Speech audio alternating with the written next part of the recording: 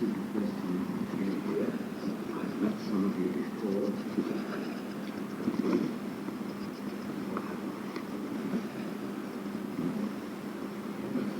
Do we ever meet again? Do we ever meet twice? Is it possible? Can you step twice into the same stream? We meet people. We live with people and we think we know them just because of our association. Is it a mistake to think like this? We know people's names and we think we know them thereby. And name is nothing. We know very little about each other. We know very little even about ourselves. How can we know others if we do not know ourselves?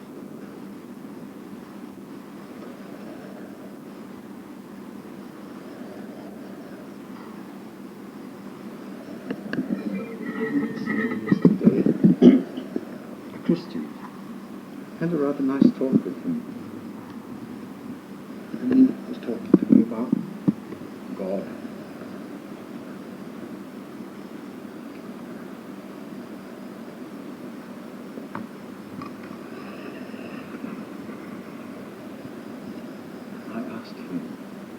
What do you mean by that word?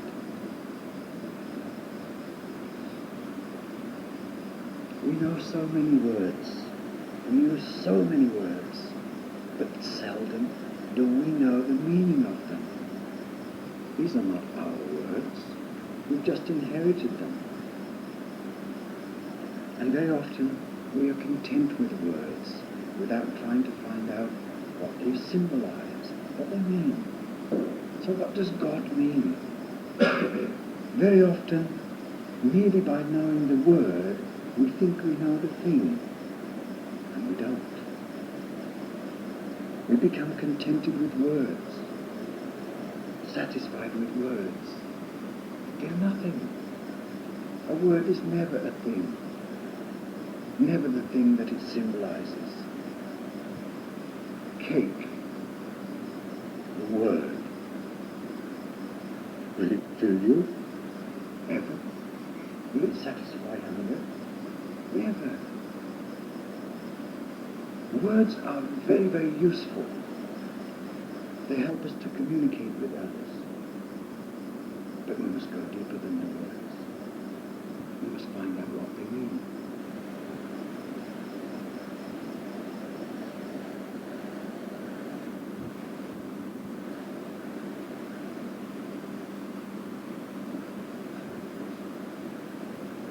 I don't know why you are here like this.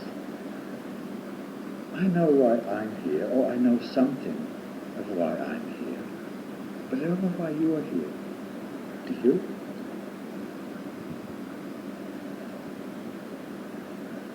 Actually, it is worth investigating, asking ourselves, why am I here?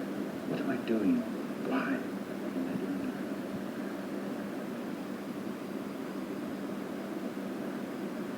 We do not know why we are as we are right now, like this. We do not know. I don't know if it's possible really to know everything. At least not at our stage. Each one of us is a result of many, many influences. Much conditioning. We have not created ourselves or brought ourselves into being like this. And do you want to be as you are right now? Are you satisfied with yourself as you are right now? Obviously not. You didn't make yourself as you are right now. None of us did.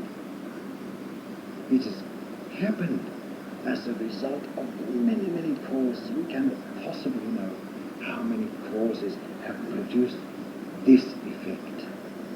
But it is certainly not of our choosing, of our deliberate creation. It is not. Actually, we have very little to do with it, with being as we are.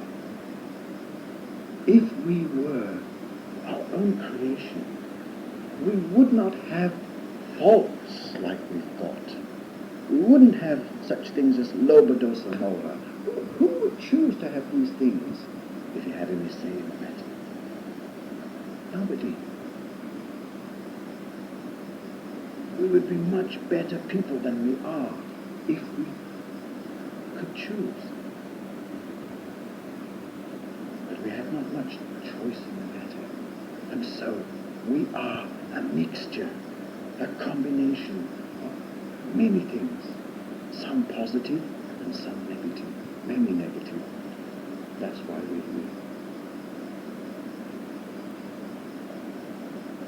And only by understanding ourselves as we are right now, and accepting ourselves with all our imperfections, can we begin to do something about it. Then an element of choice enters in. But still, it's an uphill battle to work against our conditioning. And very often, when we see ourselves naked, as it were, and realize that we've got so far to go, we often feel discouraged and full of despair. How am I ever going to improve? And if we see other people who are apparently and comparatively free of faults, and sometimes we do come across such people who seem to have beautiful characters, apparently by nature, and we compare ourselves with them, we feel envious. Oh, I wish I were like that person. I've got a friend here in KL, and he's got such a lovely character. I've never seen him get upset about anything. And he's so easygoing, and will do anything for anyone without complaint. I've never heard him complain. And I think, oh, if I'm going to be like this, I must practice for many lifetimes. So, we are often very, very critical of ourselves, and we feel terrible sometimes. We don't like ourselves. I'm sure that probably you feel like this at times now. It's very hard to improve, to remain as we are, or to get worse, or to devolve. It's very easy. It's like falling down a tree. You don't have to try. All you do is let go of the branch and down you come. To climb the tree, however, is much more difficult. Why do we want to do this? Why do we want to improve ourselves? Who told us that we are in need of improvement? Is it because we have compared ourselves with others that we feel the need for self-improvement?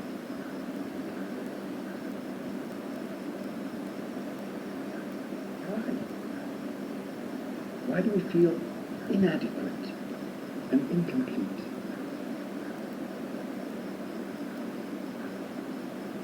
How do we know that we can become better? How do we know that we can become enlightened? Is it because we have already glimpsed enlightenment?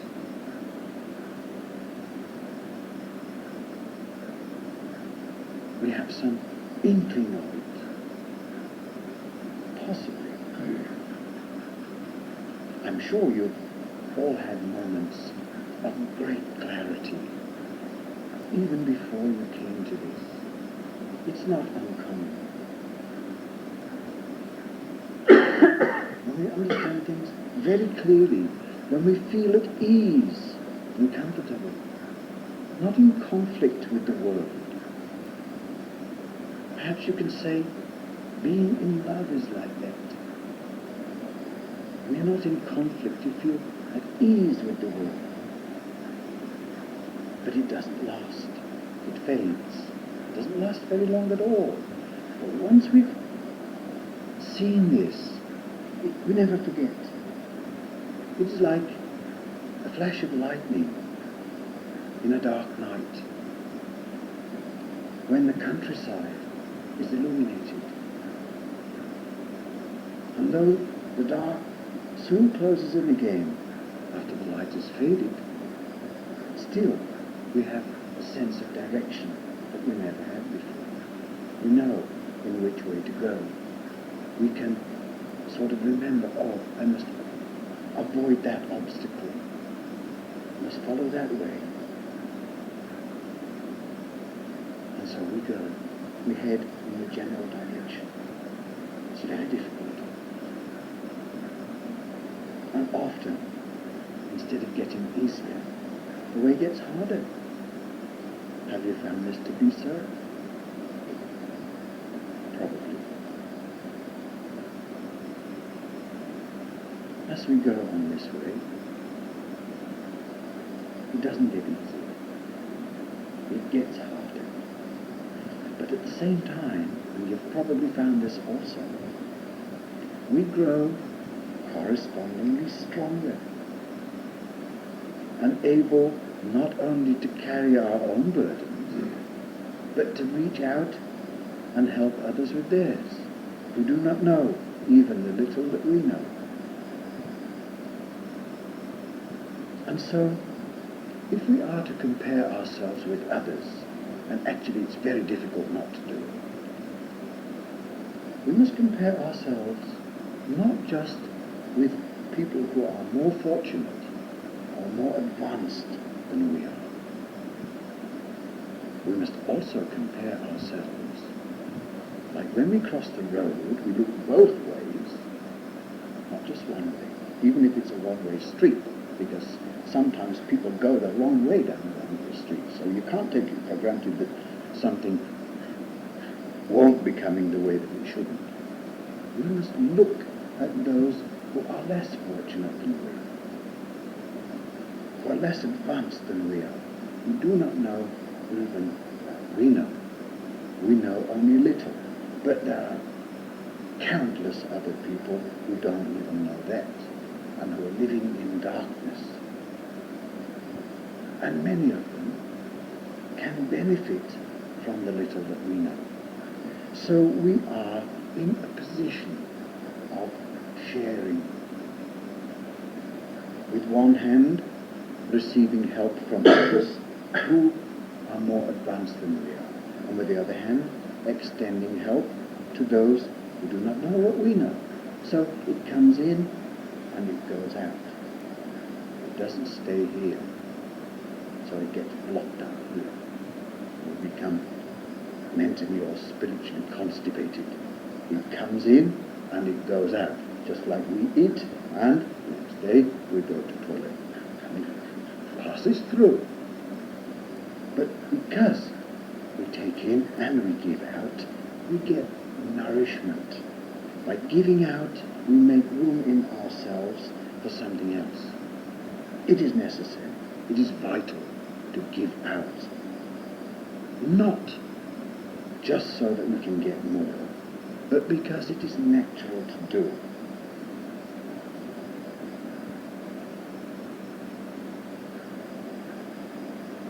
Now, if we are not careful,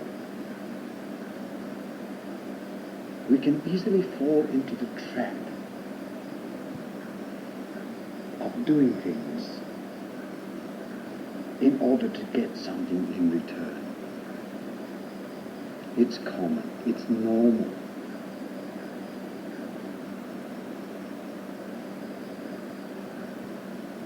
Most of us are motivated in this way. I will do this in order to get that.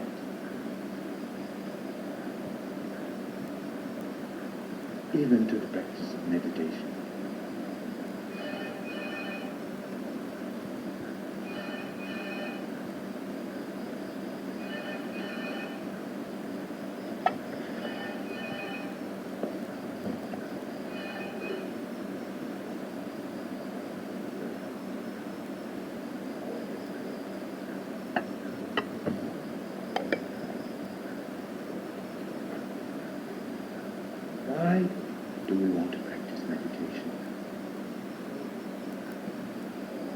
This question is very, very much concerned with meditation. We might even regard it as meditation. And it can save us a lot of time and effort and help us perhaps to avoid going the wrong way if we can ask this question of ourselves honestly and fearlessly. What do I want from this practice? What do I expect? Now, it is not something that we do naturally. It is something that we do deliberately. It is a practice.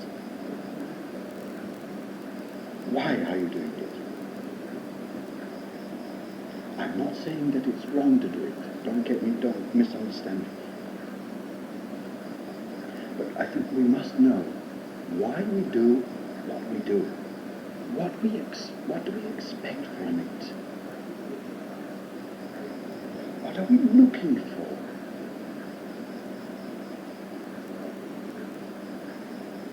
Do we know? Do you know the difference between looking and seeing? It's vital to understand this.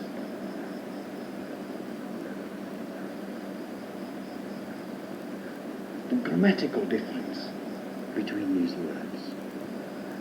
What is the difference between looking and seeing?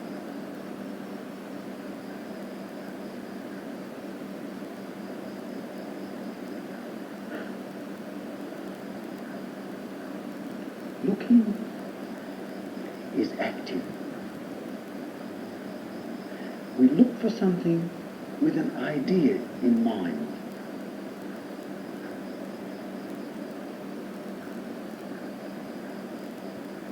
Do we know what we're looking for? I mean, not just the word, but the thing. What do we expect?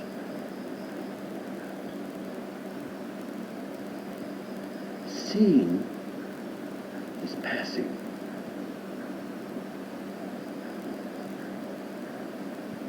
And receptive. Like when we understand something,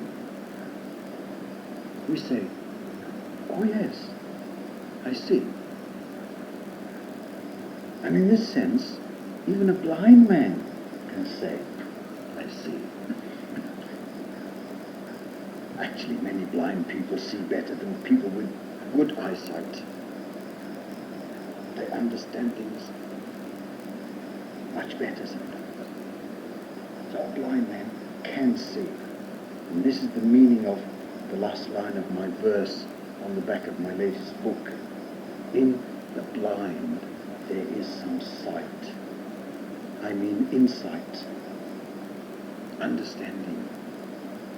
The blind can see. Very often the seeing don't see at all. They merely look. So we must understand the difference between looking and seeing. Very often we look, but we do not see. Our looking prevents our seeing.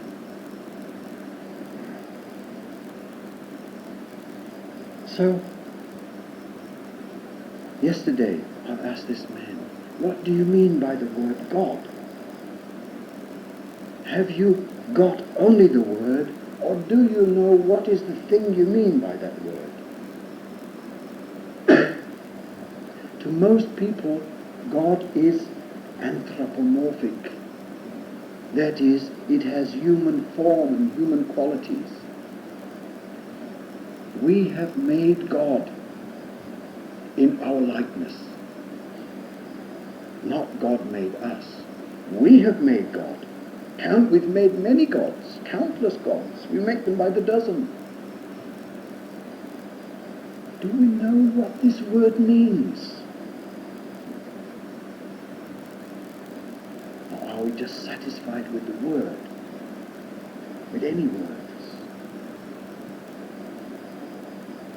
Instead of raising ourselves to the level of the divine, with words we bring the divine down to our own level in the mud. And we think we've got it, and we haven't.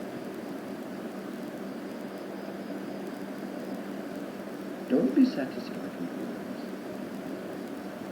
Doubt, question, investigate, pull things to pieces. And if things can be pulled to pieces, they're not true.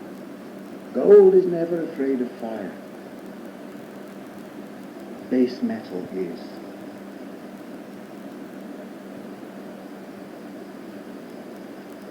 Question everything. Leave no stone unturned in your search. You may find that what you know by yourself is very little compared with the knowledge you have got from other people, but it will be yours, not second-hand. So what do you know? What have you discovered so far? We all have experiences. Every day, every moment is an experience of some kind or another. But what do we learn from our experiences? The world and everything in it is a mirror in which we see our own face.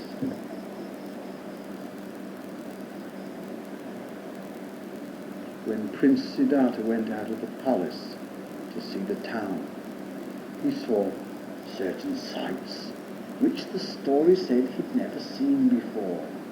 But I don't accept this. How can you live until you're 29 and never see an old person? Was not his father old?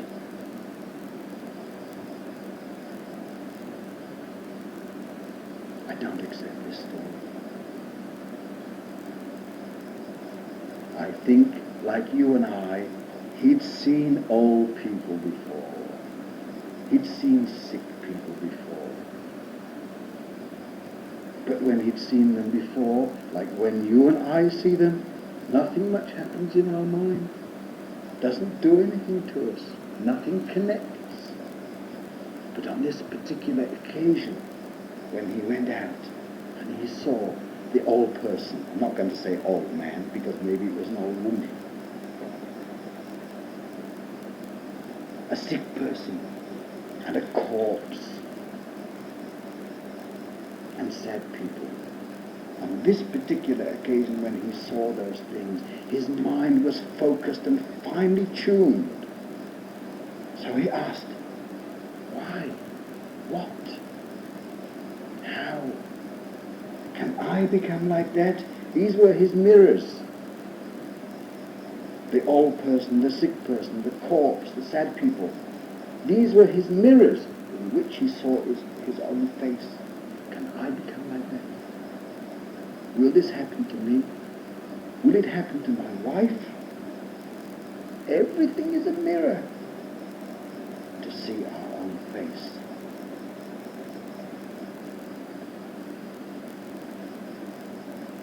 We have not just one teacher. The question is not, who is your teacher? The question is, who is not your teacher? What is not your teacher? Everybody, everything is your teacher if you know how to learn. Your Dhamma teacher, your teacher about life. Absolutely everything without exception is your teacher.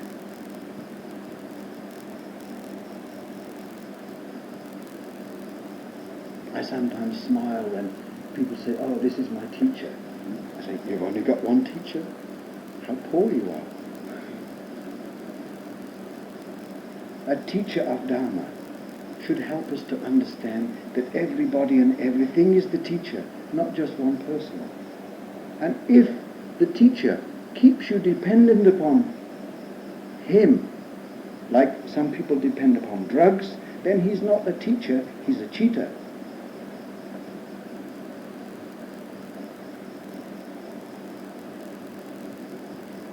Before the Buddha passed away, he said, it may occur to you O monks, that after I have gone, some of you will think we have no teacher anymore. But you shouldn't think like this. The Dhamma that I have taught you for all these years will be your teacher when I have gone. Be an island unto yourselves. Be lamps unto yourselves.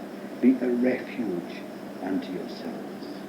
With the Dhamma as your refuge, as your lamp, as your island, do not look for a refuge outside yourself.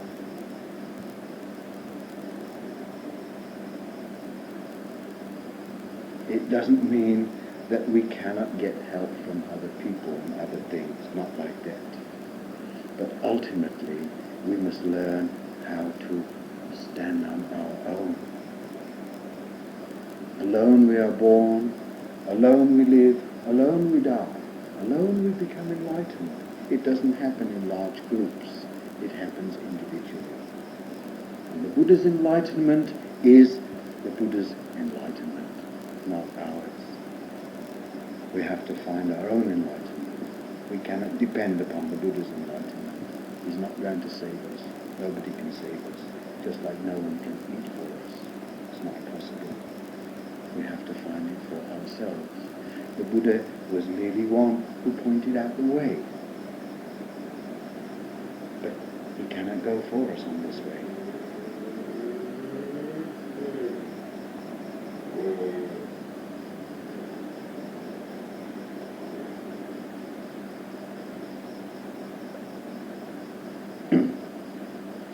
On New Year's Day, January the 1st, I was in Sarnath in India, the place of the Buddha's first sermon.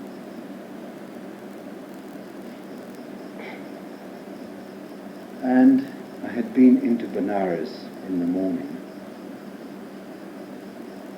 and in the afternoon I went into the deer park, wanting to be quiet. But because it was New Year's Day, the place was crowded with people from the city, there to enjoy themselves, to have picnics. Some were playing cricket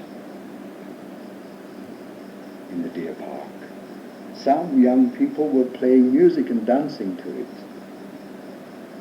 I was rather shocked. What could I do? I couldn't tell them, get out, go away, don't do this. So I walked through the crowds to one side, and I felt the need to sit down.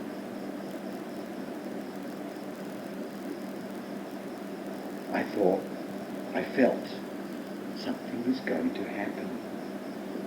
I don't know what, but something is going to happen.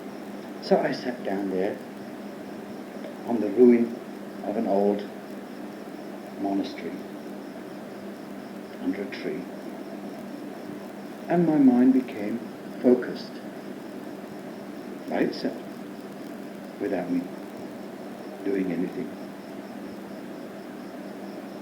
And people were coming past, passing remarks, making jokes at this strange Westerner sitting there.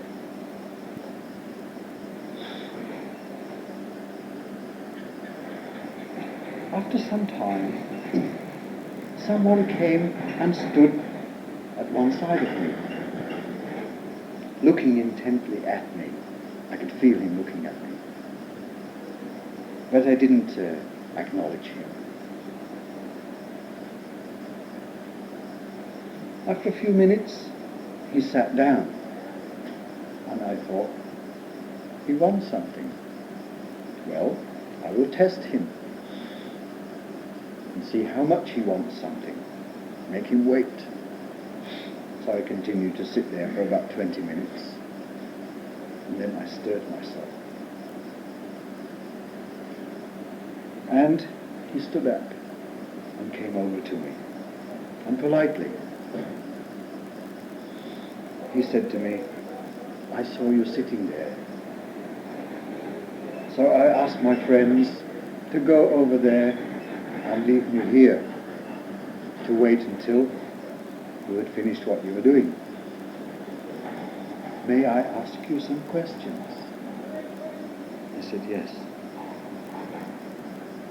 He said, I'm interested in meditation. I have visited different ashrams and hermitages, even as far as the southernmost tip of India. But I haven't been satisfied.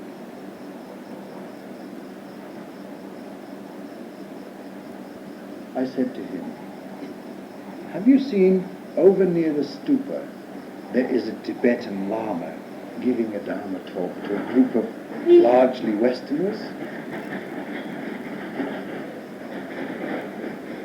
He said he hadn't seen.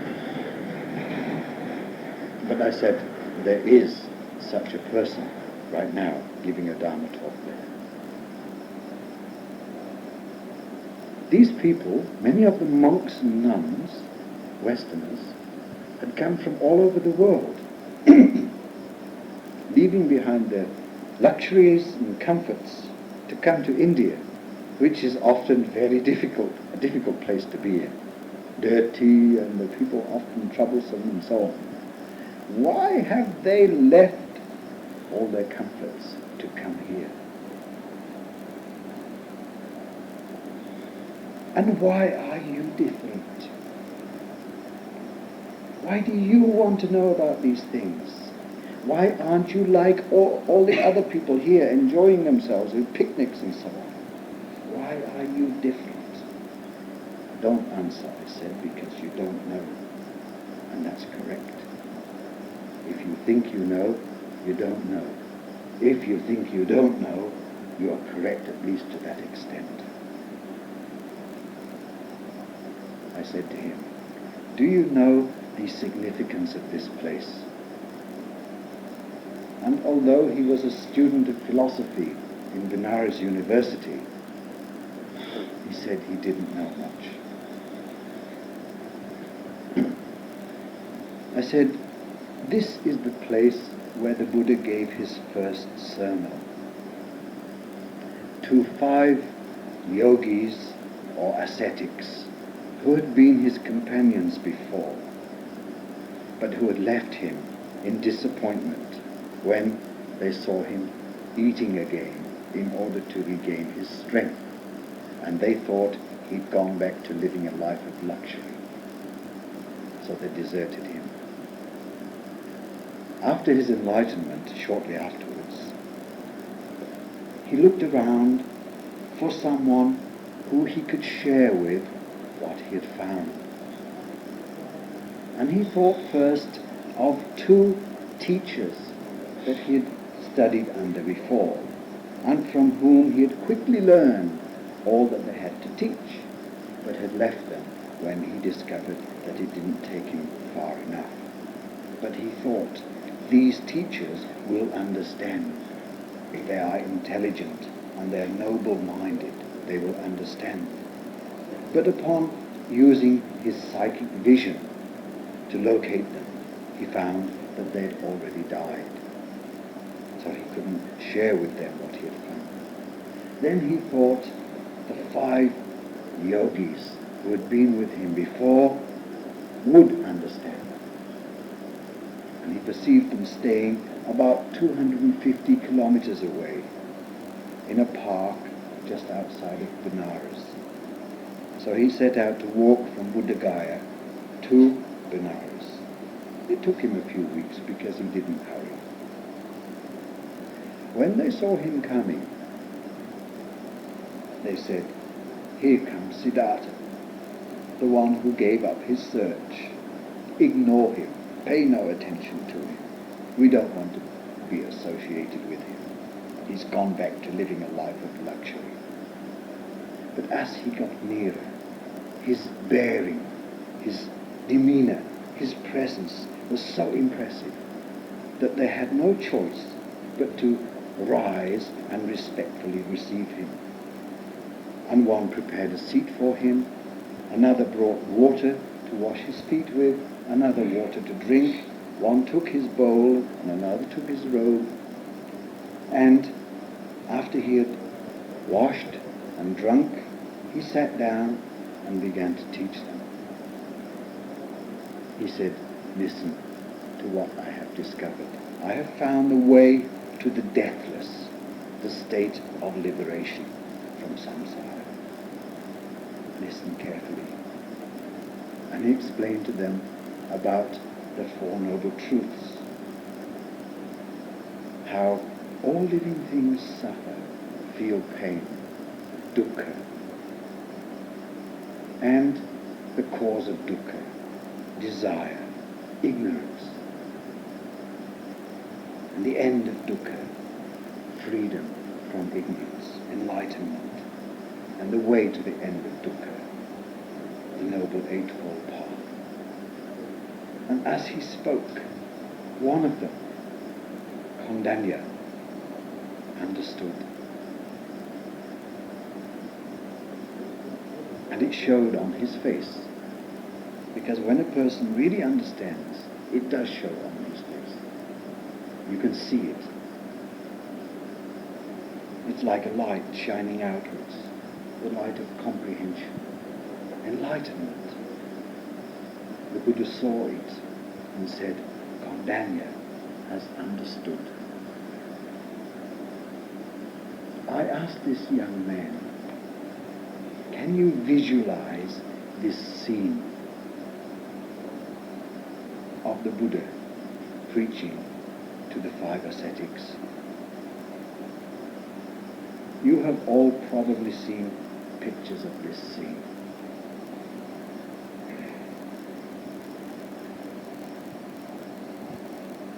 The Thai pictures of it usually show the monks like photocopies of each other, identical, all nice, clean shaven, robes all nicely ironed, pressed, clean, all sitting in the same position.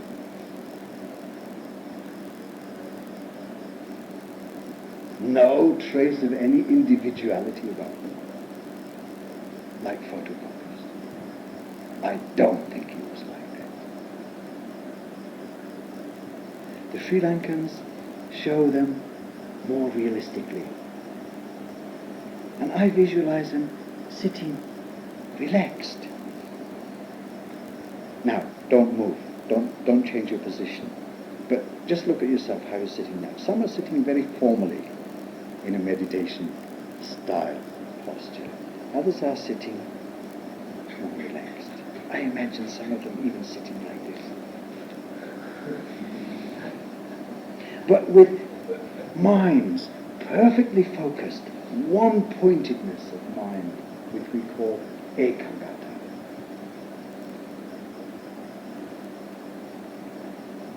Not thinking about the past, not thinking about the future, not even thinking about the present, and not thinking about meditation, and not practicing meditation, but they were in meditation. That was meditation. Unpracticed, unsought, ungenerated, spontaneous, natural meditation.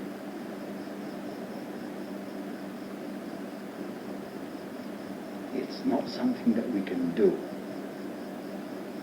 It does us, rather than we do it. Not that we do meditation. Meditation does us. It comes by itself. I'm sure you've experienced it, but probably when you experienced it, you didn't know what it was.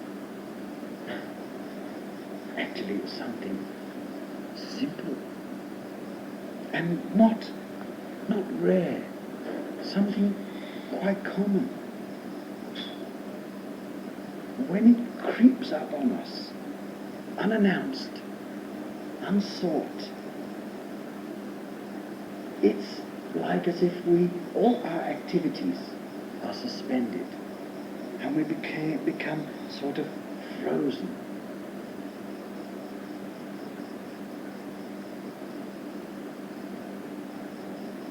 We don't stop breathing or anything like that.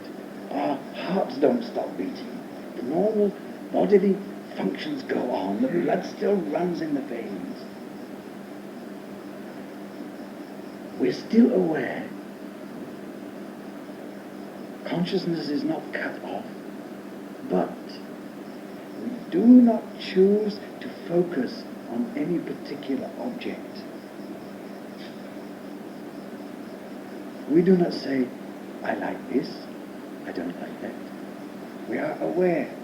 Different sounds, smells perhaps, sights, feelings, but we do not choose them to the exclusion of other things. You know what I mean? It's as if our gaze becomes frozen and we stare into infinity, not looking at anything.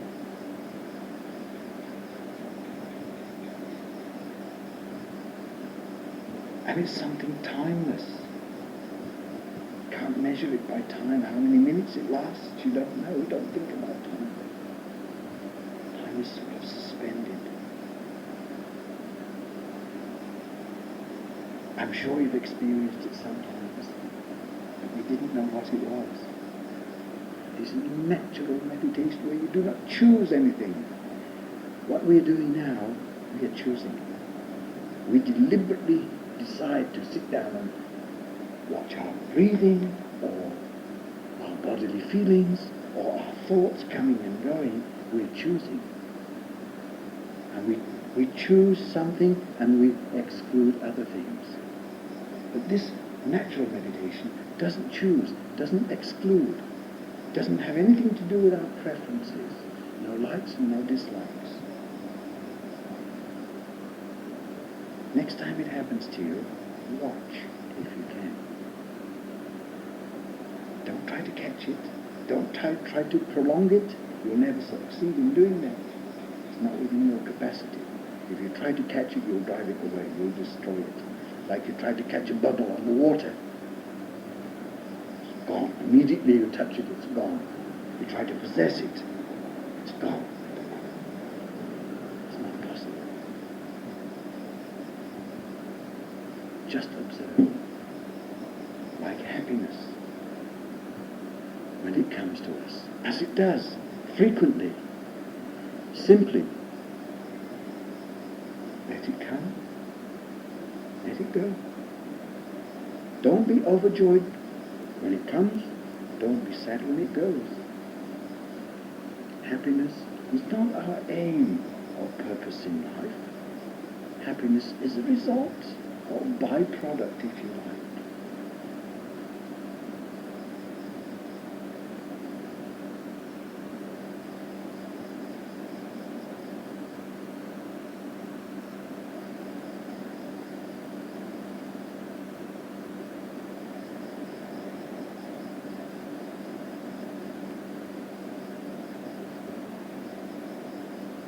I am of the opinion that nothing we can do can produce enlightenment. It is not within our capacity to find enlightenment. We look for it, but we don't find it thereby. It's like trying to put an elephant into a cup. We're grasping, trying to catch the bubble. You cannot. Trying to catch the wind in a bottle. It's not possible. You can catch air, but not wind. So we must know why we are doing what we are doing. What do we expect to get out of it? Is it self-defeative? Are we like dogs running round and round in circles, chasing our own tails? Have you ever seen a dog doing this? chasing his own tail. He goes around and around and around. He never catches his tail.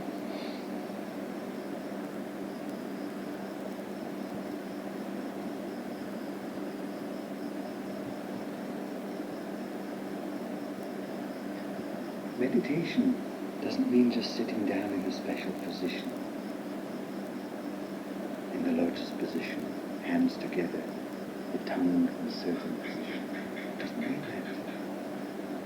If we think meditation is like that, we make it so narrow and we prevent ourselves from experiencing things.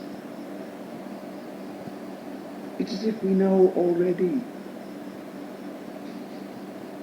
We don't. We really do not know. We are students instead of learners. In order to study something, first you must know it. If you do not know English, for example, you cannot study it. First you must learn it. So learning is more basic than study. Study is academic. We mustn't be academic Buddhists. We must be learners. And to do this, we have to keep open minds as far as that is possible. Fresh minds, alert, young, vibrant. Not with minds like stale bread last week. And we must be prepared to say, I don't know. I don't know.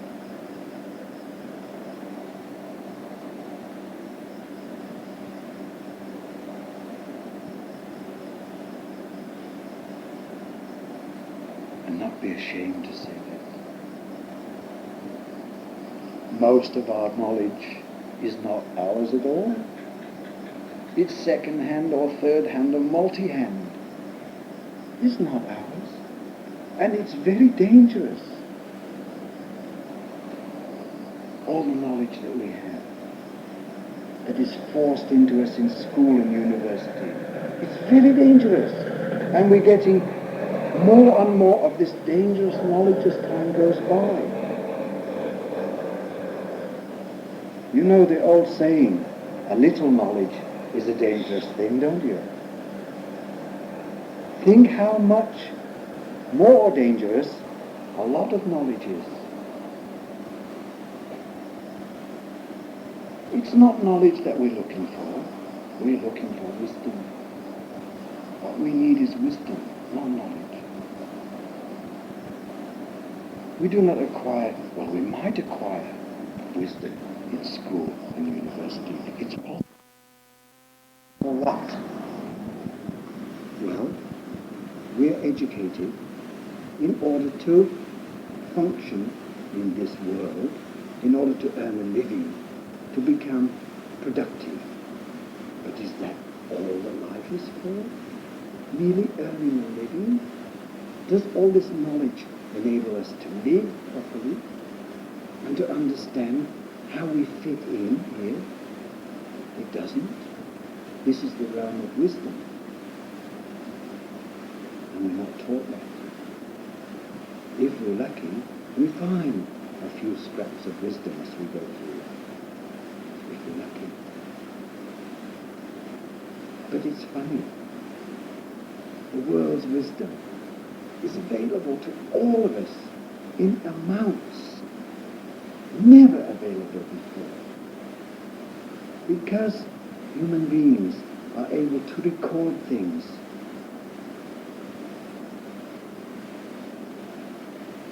We have contact with people who lived thousands of years ago. The world's wisdom is available to us. What people like the Buddha or Confucius or Lao Tzu or Jesus said.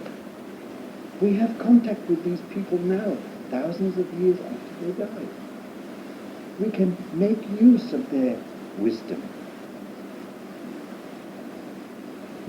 How come? We are still so ignorant. And all this wisdom is available to us in inconceivable amounts. How come?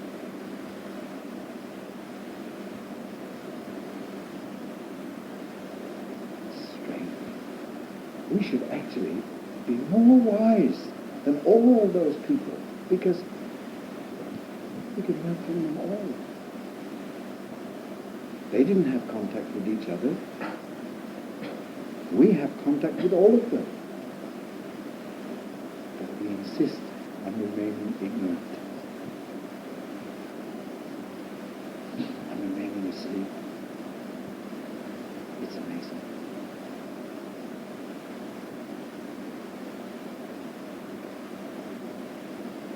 Yesterday I was in the refugee camp at Sunghaibesi.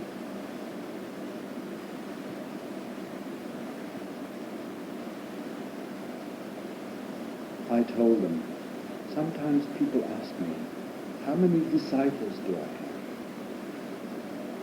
have? I said, I have no disciples at all, and neither do I want them. I want people to understand that we should follow the Dhamma, follow what is right, not follow any person. If you follow me, and I go wrong, you'll also go wrong. Then you will be disappointed. You may give up following the way altogether if you become disappointed in something. But if you place your faith in the Dhamma, in what is right, nothing can shake that. The Dhamma is not a person. I said, I'm not here to tell you what to do.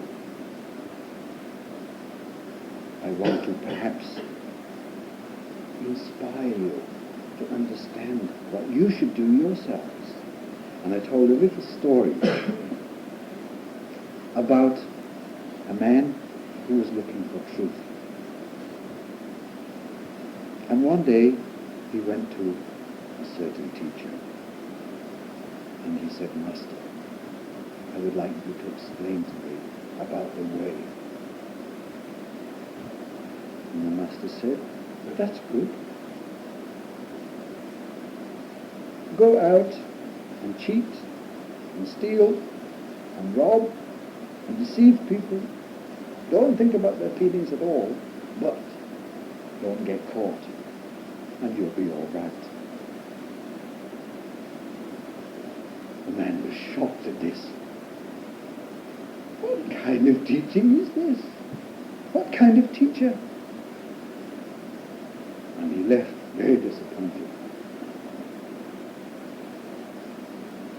After some time, the teacher said to his students, do you remember that man who came here a while ago, asking about the way? Yes. Have you heard anything about him? Yes. He's living on the other side of town, leading an exemplary life. But he's telling people that you are a demon who tried to mislead him. And the teacher laughed. He said, if I had told him what he wanted to know, he would not have listened, because he's known it all his life. Instead, I chose to lead him to discover it for himself. By telling him what is wrong, by telling him the wrong way, I helped him to find the right way. So it's his own realization, not second-hand knowledge. And you know, it is just as important to know what is wrong as it is to know what is right. They always go together, and we cannot know right without wrong. So wrong is also useful. Bad is also useful. Even bad becomes good in this way. And we can learn something good from bad people. Bad people are good teachers. Don't think you can't learn anything from them. You can. You can learn from those people not to do what they do. And that is very important. knowledge to realize this.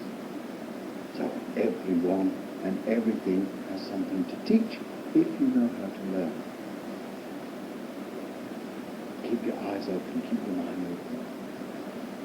The important thing is that we learn.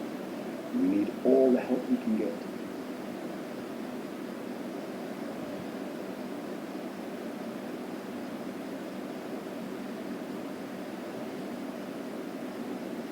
It is all meditation.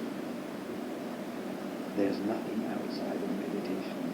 Don't cut life up into parts, the holy and the unholy, the mundane and the supramundane. Don't look at it like that.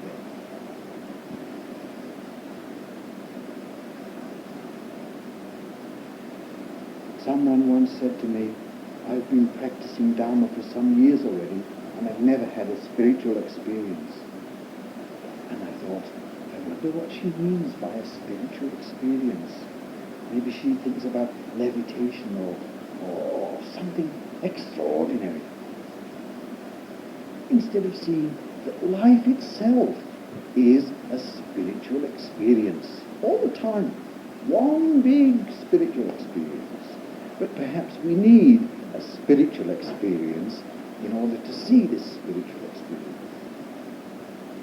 Like the fish in the water would never think about water until the pond dried up or it was pulled out of the pond. When it's in the water, never think about water. It's there. No need to think about it. So this is why we must know what we want out of this. What do we want to get?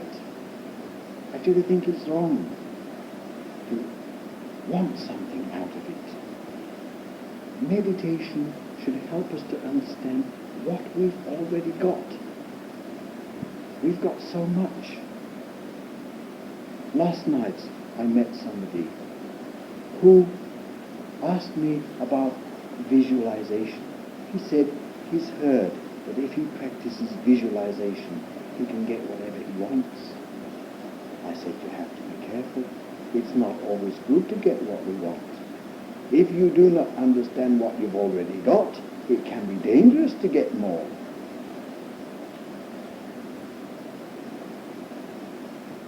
So it is really a matter of understanding ourselves just as we are, and what we have and what we are, without looking for something else.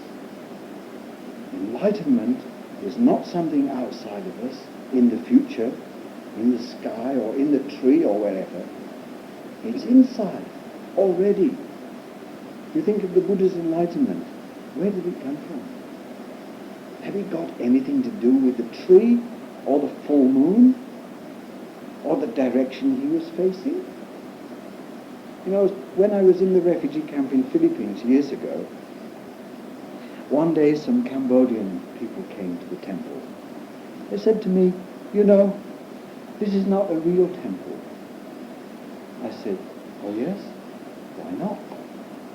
Because the Buddha image is facing the west, and the Buddha image should always face the east. Oh really? I said, how come? Because that's the direction he was facing when he became enlightened. Oh, I said, I see. So it is right, it is a real temple. Because if enlightenment comes merely because you face the east, when the Buddha image is facing the west and you are facing the Buddha image, that means you are facing the east. The Buddha doesn't need more enlightenment. You need enlightenment. It is you who must face the east, not the Buddha statue. We become attached to silly things. Did the Buddha's enlightenment depend upon the direction he was facing? Did it have anything to do with the tree? You can sit only under one tree at a time.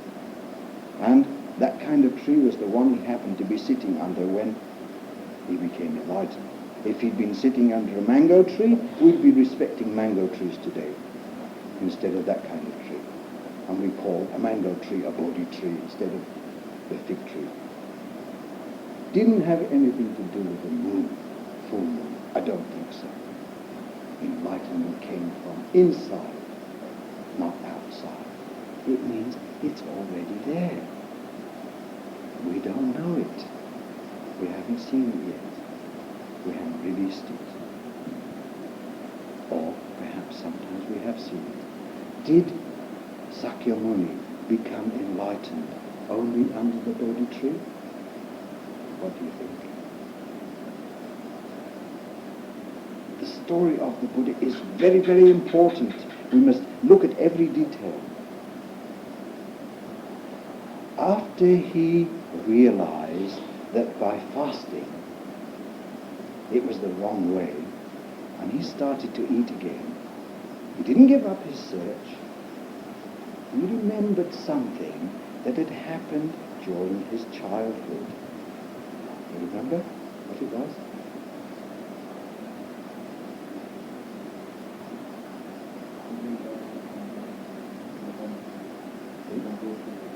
No, Jambu tree.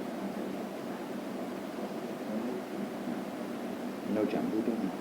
They've got jambu in Malaysia. No. The rose apple tree. Yes. Not far away.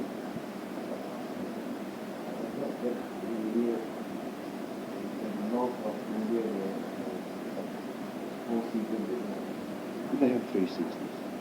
They have jambu tree and mango trees. I don't know about durian trees, but very similar to Malaysia. And when was this that he sat under the jambu tree?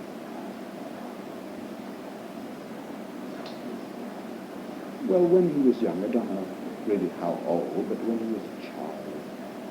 On what occasion?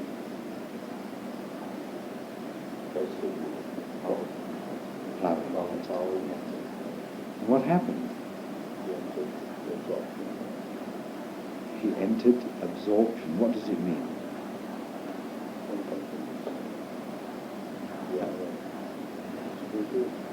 It was a spiritual experience, but did he deliberately bring this upon himself? Where did it come from?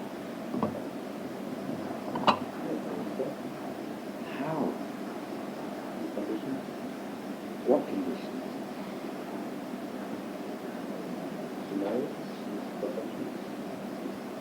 And what did he become aware of?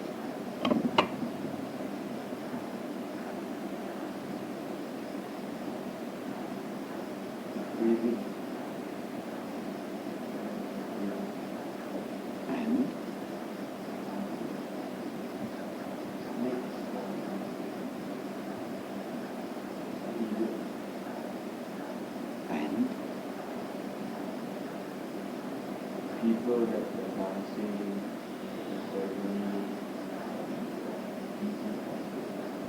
activities. Most of all, he became aware of suffering. How, when the plough turned over the earth, worms and insects were exposed and killed, birds came down to eat them, and, as you say, an eagle came and caught the snake. He became aware of the suffering of nature, how one thing lives upon another. And this helped his mind to become concentrated, one-pointed, suffering. And after he almost died by fasting, he remembered this enlightenment experience. And it wasn't an enlightenment experience.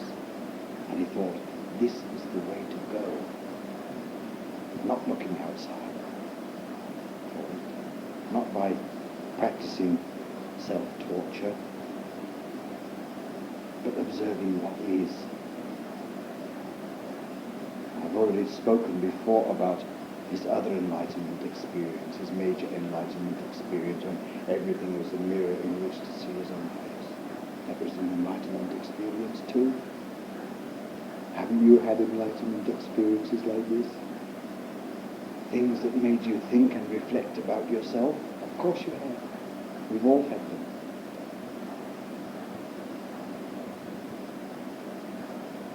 So enlightenment didn't take place just under the Bodhi tree.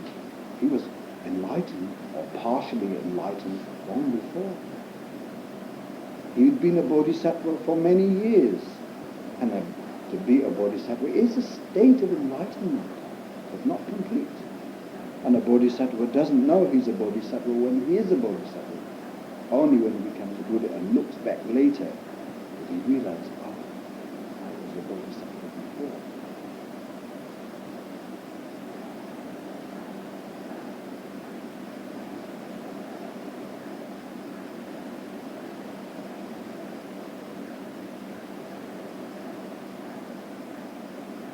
Don't deny yourself the possibility of enlightenment. Don't look so hard.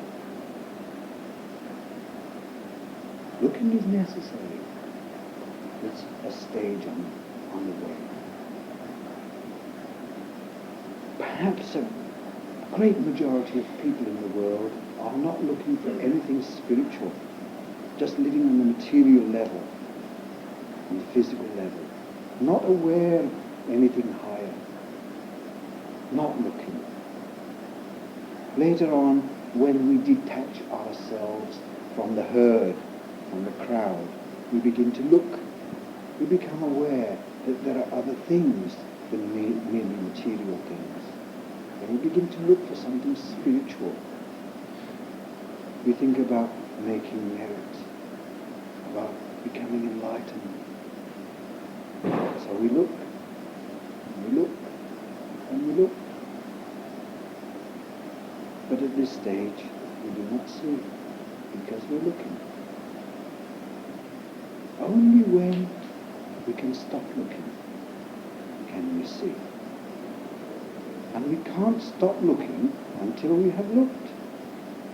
Those who have never looked cannot stop looking, because they've not looked. Only when we've looked can we stop looking, and only when we stop looking can we see.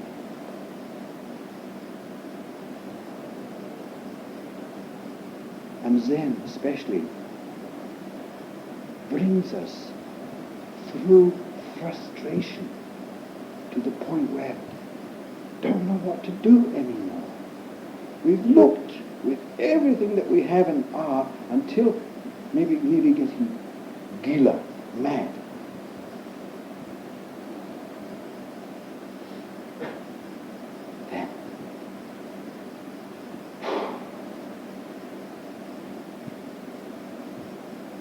Then maybe it's possible to see. How do we stop looking? When we stop looking? When we're looking inside.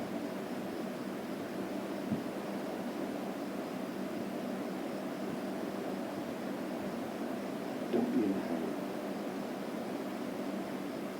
Try to understand what you've already got.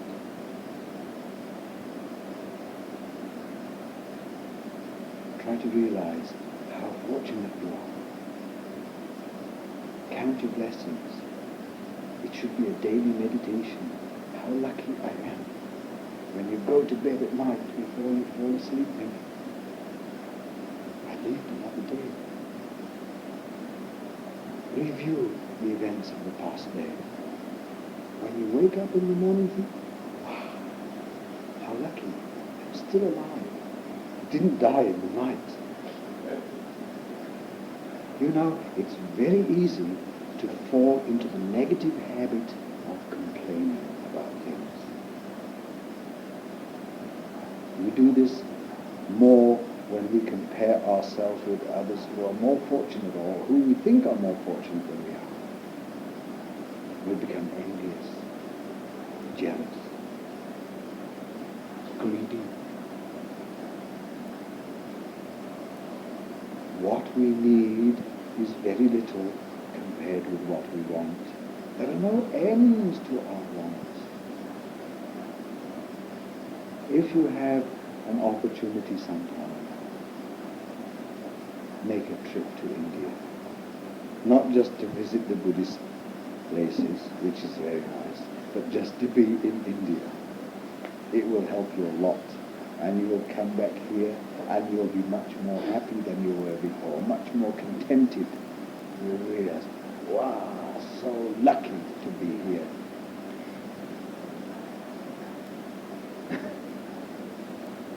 It's worth spending not easy to be in India. Oh, you get mad there almost, and you'll be so happy to come back here. So, try not to complain about things. Difficulties can be viewed as opportunities for growth, as stepping stones rather than obstacles. This is not to say we should look for more difficulties. There are enough already. There's enough suffering in life already. No need to create more. Just use what is here. And then you come to see that suffering is a teacher, is our first teacher. We learn how to turn it around, to change black into white.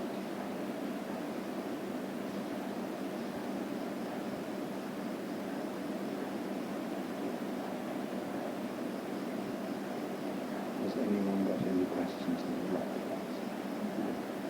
Sorry, you see, looking, seeing, here the word observe. Seeing and observe. Yes, I suppose so. Seeing is when we understand. Looking is a deliberate action, like when we sit down to practice meditation. Is a sentence. Observing.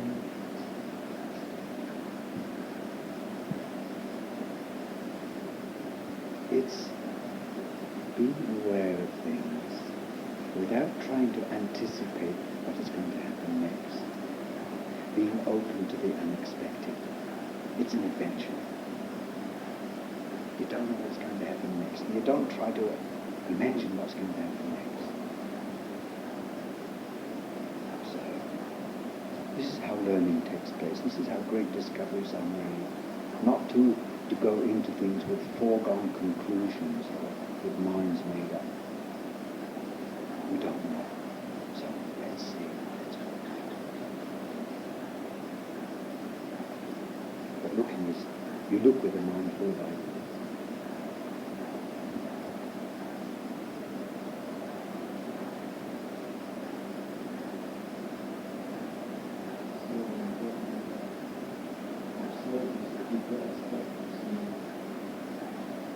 No, I think seeing is a result of observation. Seeing the complete becomes what we see. Now, I don't know if you've ever sat by a pool of water, a pond. When you first go there, the creatures that live in there will hide.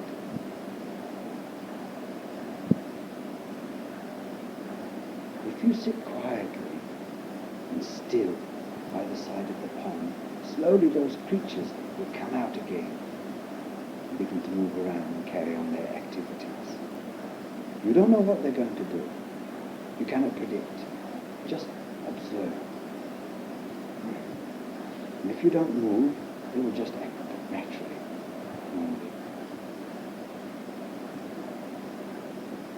Just observation. Not to look with, a mind full of ideas what they're going to do next. Just observe, without any real self-interest. You're not going to catch them or kill them or make them perform tricks for you. You just observe what they're doing.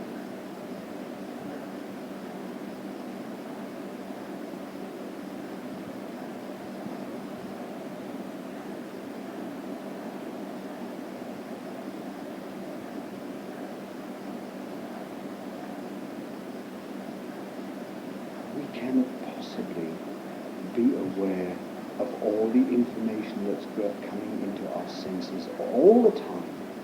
We cannot possibly register it all consciously. So many things are happening at the same time. Subconsciously, it's registered. We take in vast amounts of information, sensory information. But we filter it in order to deal with it, in order to function. Otherwise, we're trying to register everything. We couldn't function at all. So we filter things. What is important and what is not important. But nevertheless, all this information is still being registered subconsciously. So, by observing, we try not to choose things, but to be aware of what is happening.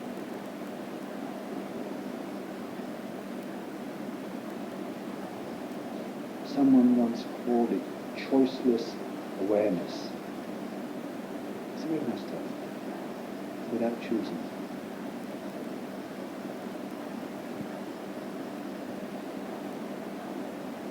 One more question if anyone has, and then we will adjourn.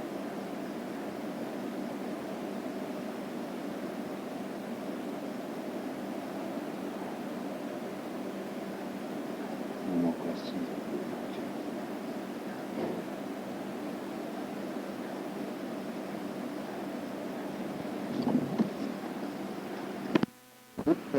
Us some information, advice, so that we have a good reflection. Good reflection or wise reflection means try to analyze things, what it is, where it comes from, what it is, and how. See what is clearly. The Four Noble Ariya Satya is the way to analyze things, wise reflection. The Buddha said that those sufferings, suffering is like this. There's suffering. Where suffering comes from? Come from desire. What for? The suffering comes to teach us to free from all suffering. What for of these things? And how to free from all suffering? We teach. So in our life, sometimes we have the problem, or sometimes we need to deal with something such as drug or food. We need to reflect: this is food or not? What is food? Is that come from, for what, and how to consume that? Ajahn Buddha like to teach that sometimes we do not consume food. We consume what you call, I don't know the English word. The food that we give to the fish, and then the fish was hooked.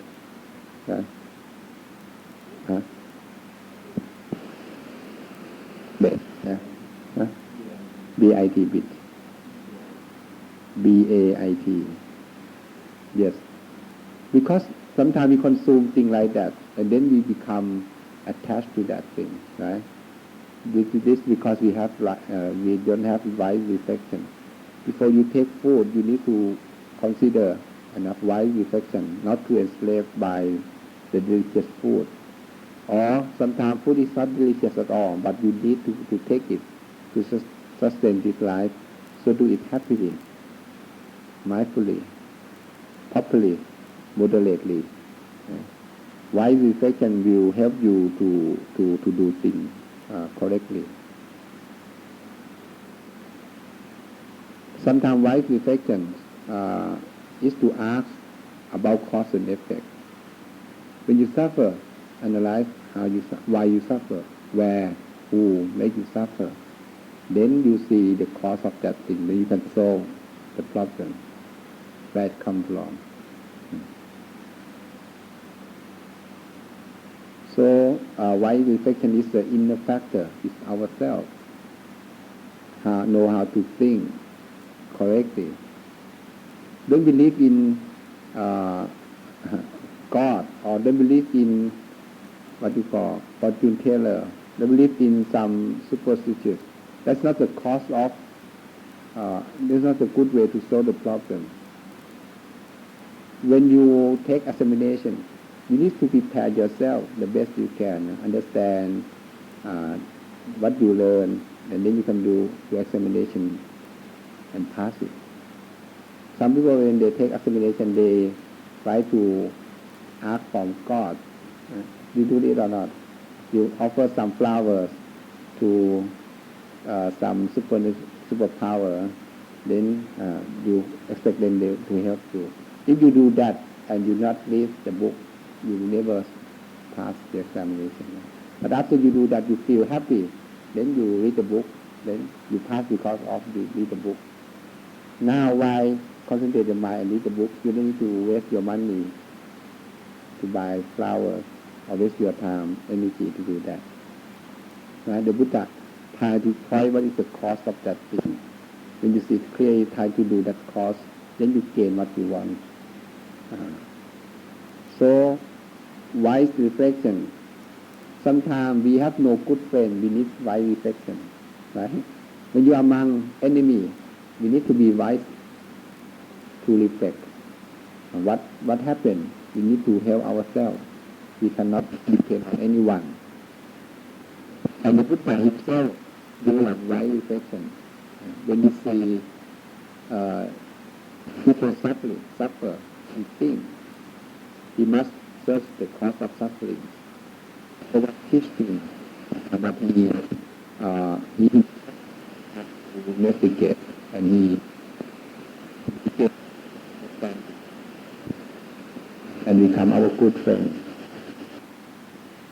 So this also cause and effect. Right? Good friend is the cause of wise reflection. Wise reflection is the cause of right understanding. Understanding is the cause of everything, as I tell you.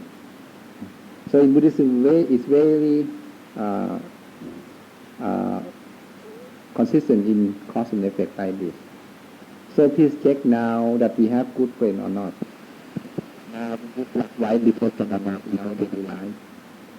If we are real Buddhists, authentic Buddhists, we need to be sincere to our mind that we depend on the Buddha, Dhamma, and Sangha or not in our daily life.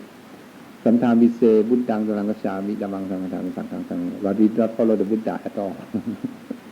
We follow our desire. We follow our social value. Right? This contradicts to the Buddha teaching. Right? When we suffer, we go somewhere to entertain ourselves. We don't try to study the truth. And we don't know the truth, so we cannot solve the problem. But the refuge we take is not the happy refuges, as we chant every day. When you worry, you take some medicine, tranquilizer. When you worry, you go to fortune teller to make you feel better. You think, this is not the happy refuges. But the true refuge is ourselves, to use our wisdom to develop this. Then you cannot, you need not rely on any material thing, any person. If you are perfect one already, you don't need to rely on anyone. But as imperfect person, as us, or as all of us now are not enlightened yet, so we need to have good friends. Right? We need some good friend to help us. And try to check that our daily life we close to the Buddha, Dhamma, and Sangha, and you use the Four Noble Truths or not. The Buddha pointed that there's the cycle, you see. That's a 12, the cycle has 12, I don't know, 12 rules. What it is? It is Four Noble Truths. Four Noble Truths with 3 duty according to that one. For example, suffering. This is suffering. The duty to a suffering is to know it, and we know it already, right? Is it complete, this duty? The second, what is the cause of suffering? Do you know it or not? Our duty towards the cause of suffering is to get rid of the cause. We know already the cause of suffering is desire or ignorance, foolish desire. Then our duty to take, to get rid of that one, take away of that one. Did we complete it or not? If you do it correctly, complete it, then you free. This is a 3 duty towards cause of effect, cause of suffering. The end of sufferings. What is the end of suffering? Nibbana. Nibbana is the end of suffering. It's like this. You know it or not? What is the duty towards Nibbana? To realize it. Now we don't know. We have no chance to realize Nibbana. The same as the people don't know the sound of silence, because they don't learn to listen the sound of silence. Silence now already exists, but we don't learn how to listen to the sound of silence. Nibbana exists already, but we don't know the state of Nibbana, which we can know by our mind. If the mind calm and pure, then we know Nibbana. We can achieve that. Nibbana is the thing that we should or we must realize. Did we complete this one or not? This is a three duty to know Nibbana. What is Nibbana? What we do for Nibbana realization, and did we complete it or not? The first one is the Four Noble Truths, the path to end suffering. What is the path to end suffering? The Four Noble Truths. What should we do with the Four Noble Truths? What should we do? To develop it in our life, to practice it in our life. And did we complete it or not now? If you complete it, then you free from all suffering, right? So the Four Noble Truths and three duty in each of the Noble Truths become altogether 12, and it become the Dhamma, the view of law, the view of truth. So we use this as a Dhamma, the view of truth. So the Buddha announced, the Buddha proclaimed only this teaching. If there is some teaching beside this, he refused that. Sometimes he do not answer the question when the war starts, when the war will end. He said no. That's not concern your problem, your life problem. You don't need to pay attention to that thing, but pay attention to your problem. See clearly what's the problem of your life. But if you feel that your life has no problem, to study Buddhism, right? Because you have no suffering. So that you have suffering. When you just and they say, oh, my life, alright, and this, anything I want, I get it. And I success in everything. But the rich people, they will learn and realize that, in fact, the wealth are not perfect. When they get old, sick and bad, money can help, fame and power cannot help. To protect you from that thing. Many next family just realize this when someone passes away. When they need something more than property, and but at that moment they come to ask for money, but it's too late because they get sick already. They have some mental sickness already. They cannot practice Dhamma. They are careless. But now we should try to study, understand. Then we have Dhamma, we can free from all of these problems. We are careful, but they are careless. So when the crazy people come to say no and ask him to help, he said, no, you must go to the hospital first. It's not time to teach Dhamma to people like you. But when you have a normal mind, then come to practice Dhamma. Because if you teach Dhamma to the crazy people, it's difficult. Right? Sometimes it's not successful. So don't be careless about this life. Check that we have the Buddha, Dhamma, and Sangha as our good friends. We have the Four Noble Truths as our value section or not in this daily life. protect it, and then you have to feel to be safe, happy, and do not harm anyone. It's different from in the past. And then Ajahn also say some words that are very interesting. In Thai we have the word, we all hate suffering and like happiness. You have this saying or not in your country, in your tradition? In Thai we call ทุกคนรักสุขเกลียดทุกข์ ทุกคน is everyone รักสุข mean love happiness and hate suffering เกลียดทุกข์ but they do not understand. You say that you suffering, right? You hate suffering, but what is the cause of suffering? Desire. So if you hate suffering, you get rid of desire, right? But we don't try to do that at all. So suffering is still with us. We do not hate it. How about happiness? The point us the way to gain real happiness to practice Dhamma, meditate. People meditate to develop your wisdom. But very few people come to meditate. They go to nightclub, they go to shopping. They think that's the happiness. They don't know the real happiness. So they do not perform the factor of happiness. And how can they be happy?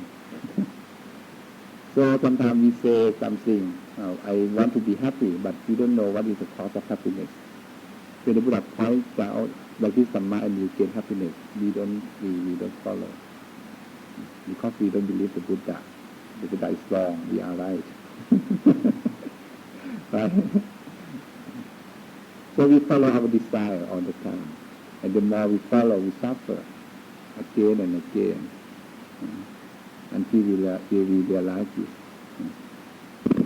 So I would like to aim today talk about the Four Noble Truths.